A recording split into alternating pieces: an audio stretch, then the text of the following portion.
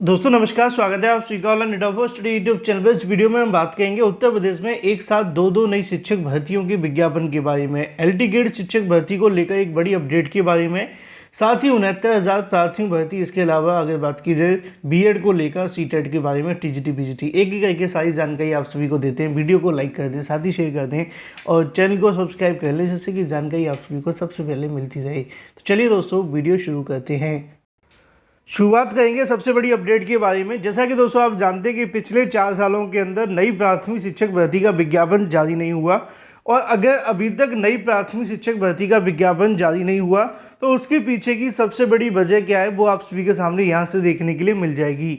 मैं आपको 2 कटिंग दिखाने वाला हूँ। दोनों ही कटिंग आप सभी के लिए बहुत ज़्यादा महत्वपूर्ण है, क्योंकि चाहे वो प्राथमिक 69,000 भर्ती हो या फिर प्राथमिक की नई भर्ती, क्योंकि यहाँ पे नई भर्ती का भी इंतजार अभ्यर्थी कर रहे हैं। लेकिन अगर वो नहीं आ रही है तो जो कृपा रुकी हुई है वो यहीं से रुकी हुई है, क्योंकि 69,000 शिक्षक भर्ती में सरकार ने इतने घोटाले, इतने कहीं ना कहीं अगर बात की शासन आदेश का अनुपालन नहीं किया, जिससे कि आगामी समय के अंदर ये विवाद बनता हुआ दिखाई दिया। एक बार फिर से बड़ी जानकारी आप सभी के सामने है कि शासन आदेशों के विपरीत भर्ती की तैयारी यहाँ से की जा रही थी। आपको मैं बता दूं कि 69,000 शिक्षक भर्ती पहले 31,000 पदों पे हुई, फिर 35,000 पदों पे हुई, फिर 6,000 पदों पे फिर से हुई, फिर उसके बाद में घोटाले की जानकारी मिली तो 6,800 की और भर्ती कर दी। ऐसे करते करते लगभग 69,000 से 75,000 सरकार करना चाहती थी और घोटाले की बात को दबाना चाहती थी। लेकिन मामला इतनी आसानी से दबता नहीं है जब मामले न्यायालय में चले जाते हैं। उसी को लेकर यहाँ पे आप सभी जानते हैं कि जब 6,800 की भर्ती शुरू की गई थी, उस समय एक विचित्र बात ये थी कि सरकार का कोई भी शासन आदेश हमें नहीं मिला था। शासन आदेश ना आने की बहुत सारी वजह हो सकती है। सरकार नहीं चाहती थी कि शासन आदेश अगर आपके बीच में पहुंच जाएगा तो यहाँ से विवाद बन सकता है। उसी के आधार पर 69,000 सहायक अध्यापक भर्ती के 6,800 पदों पर ओबीसी एससी एसटी अभ्यर्थी की नियुक्ति की तैयारी थी। लेकिन जब वो शासन आदेश का खुलासा हुआ आज की तारीख में कोर्ट के अंदर, तो पता चला कि वहाँ पे जो कहीं ना कहीं पद थे वो दिव्यांग और महिलाओं के बताकर ओबीसी एससी एसटी को नियुक्ति दी जाने की जो तैयारी है वो सरकार ने की थी। बिल्कुल सही सुना आपने कि जो पद आप सभी के सामने 6,800 हैं वो आपको देखने के लिए मिलते हैं दिव्यांग महिला अभ्यर्थियों के। ऐसा मैं नहीं, ऐसा कहना है सरकार के शासन आदेश का। जानकारी को पढ़ें, क्योंकि भर्ती में इन्हें पर्याप्त आरक्षण नहीं मिल सका। इसका खुलासा राज्य सरकार की ओर से हाईकोर्ट में दाखिल याचिका 5 जनवरी 2022 के शासन आदेश से हुआ, जो कि आज तक अभी तक सोशल मीडिया पर नहीं आया है। यहाँ लिखा हुआ है कि अगर बात की जाए 6,800 के अतिरिक्त नियुक्ति के विरुद्ध दाखिल याचिका पर हाईकोर्ट के माध्यम से प्रधान पीठ लखनऊ बेंच की पहली रोक लगा चुकी है। राज्य सरकार की ओर से इस मामले को लेकर हाईकोर्ट के निर्देश पर 5 जनवरी 2022 का शासन आदेश दाखिल किया गया। यह शासन आदेश प्रतीक मिश्रा की ओर से दाखिल याचिका पर हाईकोर्ट में निर्देश में देखने के लिए मिला। याचिका के अधिवक्ता अग्निहोत्री कुमार त्रिपाठी का कहना है कि याचिका 6,800 से अतिरिक्त पदों की नियुक्ति रोकने की मांग की गई, क्योंकि 69,000 पदों पर चयन व नियुक्ति प्रक्रिया पूरी हो चुकी है।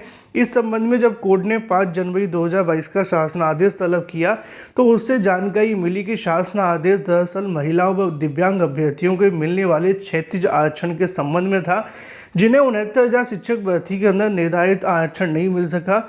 और उसके आधार पर सरकार ने इस बात को साबित करने का प्रयास किया कि जो ओबीसी एससी वाले अभ्यर्थी हैं ये महिला या फिर दिव्यांग हैं और उन्हीं की सीटों को इनको दिया जा रहा है। और आज के तमाम समाचार पत्रों में आपको ये जानकारी देखने के लिए मिल जाएगी। अब सवाल ये आता है कि अब आगे होगा क्या, क्योंकि एक नया खुलासा रोज़ नया देखने के लिए मिलता है। जनवरी की बात जुलाई के अंदर आकर खुल रही है तो कोई ना कोई तो बात होगी। तो सीधी सी बात अगर बताई जाए तो जब तक ये पुरानी भर्ती लटकी है तब तक नई भर्ती के लिए इंतजार करना पड़ेगा, पहला सवाल। दूसरा सबसे बड़ा सवाल ये भी है कि अब ये जो मामला खुला है ना, ये काफ़ी ज़्यादा गंभीर हो जाता है। या तो ये 6,800 की लिस्ट को पूरे तरीके से रद्द करवा देगा।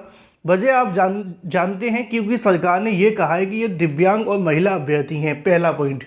दूसरा पॉइंट ये है कि लखनऊ हाईकोर्ट के माध्यम से पहले ही मना कर दिया है कि 69,000 में एक भी सीट जोड़े बिना आप यहाँ से सीट नहीं बढ़ा सकते हैं। अब यहाँ से सरकार के पास दूसरा रास्ता ये खुल सकता है कि वो 69,000 की पूरी सूची को रद्द करें। रद्द करने के बाद में इन अभ्यर्थियों को नियुक्ति दें और जो घोटाला हुआ है उनको बाहर निकालें। एक रास्ता यही बनता है, क्योंकि कोर्ट ये कहती है कि आप एक भी पद नहीं बढ़ा सकते। दूसरा सबसे बड़ा नुकसान यहाँ पे अब ये नया होता हुआ दिखाई दे रहा सरकार को जहां पर सरकार ने ये बताते हुए दावा किया कि दिव्यांग और महिला अभ्यर्थियों की सीटें हम बढ़ाएं, लेकिन उसमें पुरुष भी हैं और सभी पुरुष वहाँ पर दिव्यांग नहीं हैं, जो कि पूरे तरीके से सरकार ने कोर्ट को या फिर अभ्यर्थियों को घुमाने का प्रयास किया है। और जब जब कहीं ना कहीं ऐसे विचित्र शासनादेश जारी होते हैं, पूरी भर्ती को ले डूबते हैं। यही हालात अब 69,000 शिक्षक भर्ती के साथ होते हुए दिखाई दे रहे हैं। बाकी इसके बारे में आपकी राय क्या है, कमेंट करके अवश्य बताएं। वहीं दूसरी तरफ बात की जाए अपनी अगली अपडेट के बारे में, जो कि संबंधित है उत्तर प्रदेश में एक साथ दो नई शिक्षक भर्तियों के विज्ञापन के बारे में। उत्तर प्रदेश में बहुत जल्द आप सभी के सामने 2 नई शिक्षक भर्तियों के विज्ञापन देखने के लिए मिलेंगे। पहला विज्ञापन जीआईसी प्रवक्ता, दूसरा विज्ञापन एलटी ग्रेड शिक्षक भर्ती। जीआईसी लेक्चरर की अगर बात की जाए 2867 पदों पर आपको जो भर्तियां वो देखने के लिए मिलेंगी। राजकीय इंटर कॉलेज में लेक्चरर के 2867 पद खाली हैं। इन पदों पर भर्ती के लिए अध्याचन उत्तर प्रदेश लोक सेवा आयोग को भेजा गया है। अगले कुछ महीनों में इन पदों पर भर्ती की प्रक्रिया शुरू की जा सकती है।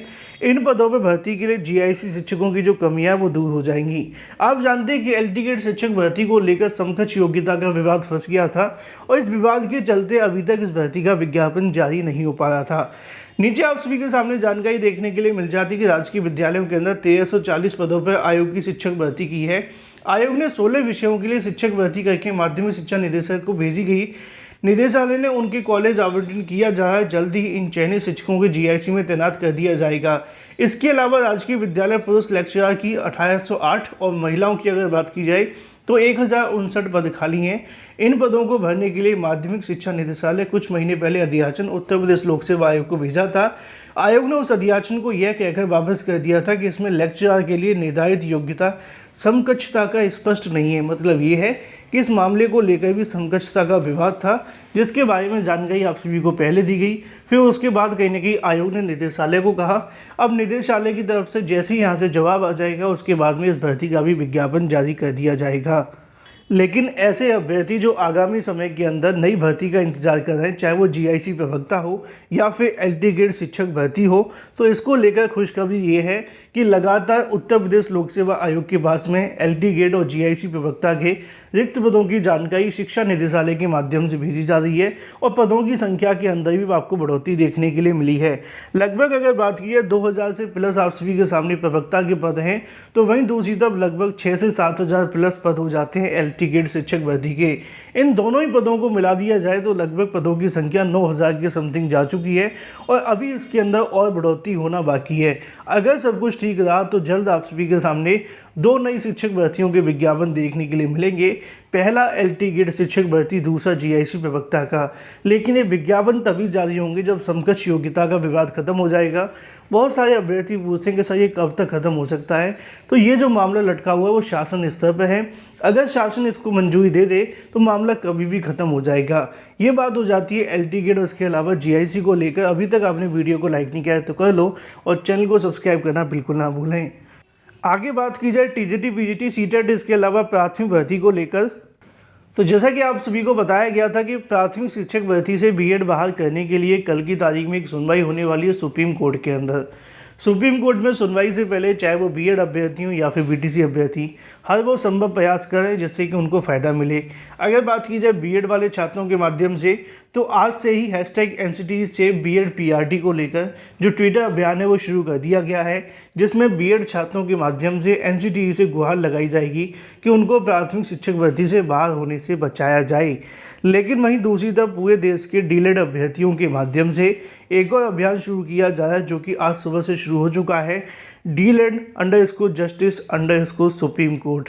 इन दोनों ही अभियानों को लेकर आज की तारीख में अभ्यर्थियों के माध्यम से अपनी अपनी मांगें सुप्रीम कोर्ट और एनसीटी के सामने रखने का प्रयास किया जाएगा, जिससे कि दोनों में से किसी एक को यहां से जीत मिल सके। अब क्या होगा क्या नहीं वो तो आप सभी कल देखने के लिए मिलेगा, लेकिन अभ्यर्थी हर वो संभव प्रयास करें जिससे कि उनको फ़ायदा मिले।